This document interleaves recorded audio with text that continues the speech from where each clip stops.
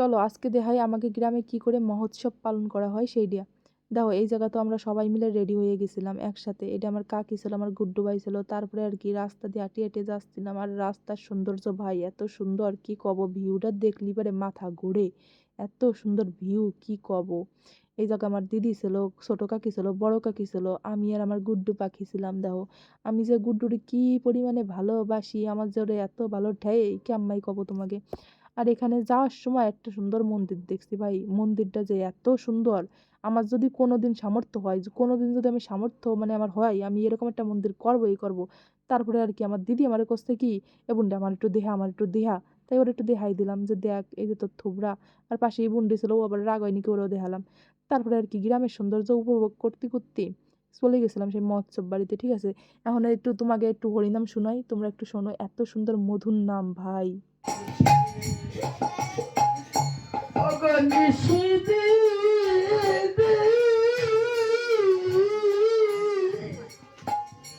ছোটকালে মেলা এই ইগুলো খাইছি, পেপসিগুলো খাইছি, কিন্তু এখনো তো দেখাই যায় না। তারপরে আজকে যখন পাইছি তখন কি আর ছাড়া যায় কও। তারপরে আমি নিছিলাম ঝাল ঝালেরটা, আমি আর আমার বোনটা নিছিলাম ঝাল ঝালেরটা। কি গুড় দিয়ে জিভ ব্যাঙাসতে আমার খাতি চাইছিল সেই সময়, দেখি তো নাই। এরপর আমার দিদি নিয়েছিল অরেঞ্জটা, কারণ ওটা একটু মিষ্টি মিষ্টি, আর ও মিষ্টি খাই বসতো জম্মের রাতের।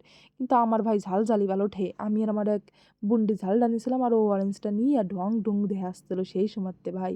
কি আর কব। তারপরে আমাকে এই জায়গায় মাতাম শুরু হয়েছিল, মাতাম মানে হরিনাম নেওয়া। এই জায়গায় সকলেই হরিনাম নিচ্ছিল, হরি বলো হরি বলো হরি বলো, ঈশ্বর সবাইকে ভালো রেখো। তারপর আমরা হরিনাম করে খেতে বসলাম। আর আমাদের গ্রাম এলাকায় এরকমভাবেই খাতি দেয়, মানে সোয়াটারটা নাচিয়ে তাই এর উপরে বসাই দেয়।